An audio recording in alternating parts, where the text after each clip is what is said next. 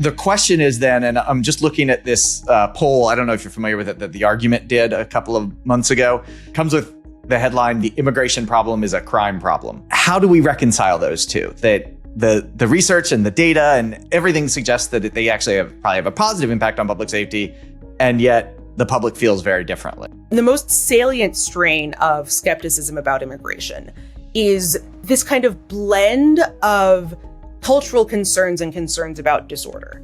The relationship between crime, immigration, and disorder is something that we saw a lot of during the Biden administration, right? Where if you were seeing a bunch of immigrants sleeping on the streets of New York, that seemed to you to be a crime problem, even though no crimes were being committed, because it was a symbol of visible disorder on the streets that made you feel less safe. What you're seeing is disorder. What you're thinking is crime. And so I think that that's a very big part of it. And I think that also then plays into these concerns about cultural change, which may or may not have a racial component to them, right? In many cases, it is just, I used to understand the place where I lived and I don't anymore. And it's hard to talk about because that does touch on ideas about anxiety about demographic change and racism and other things where no one is going to straight up say, yes, I'm a racist. I don't believe that. I think that you shouldn't have too many brown people in my community. If they have some anxieties around that, they then don't have a script to publicly express those anxieties. So the scripts they end up latching onto are things like, well, I'm worried about crime,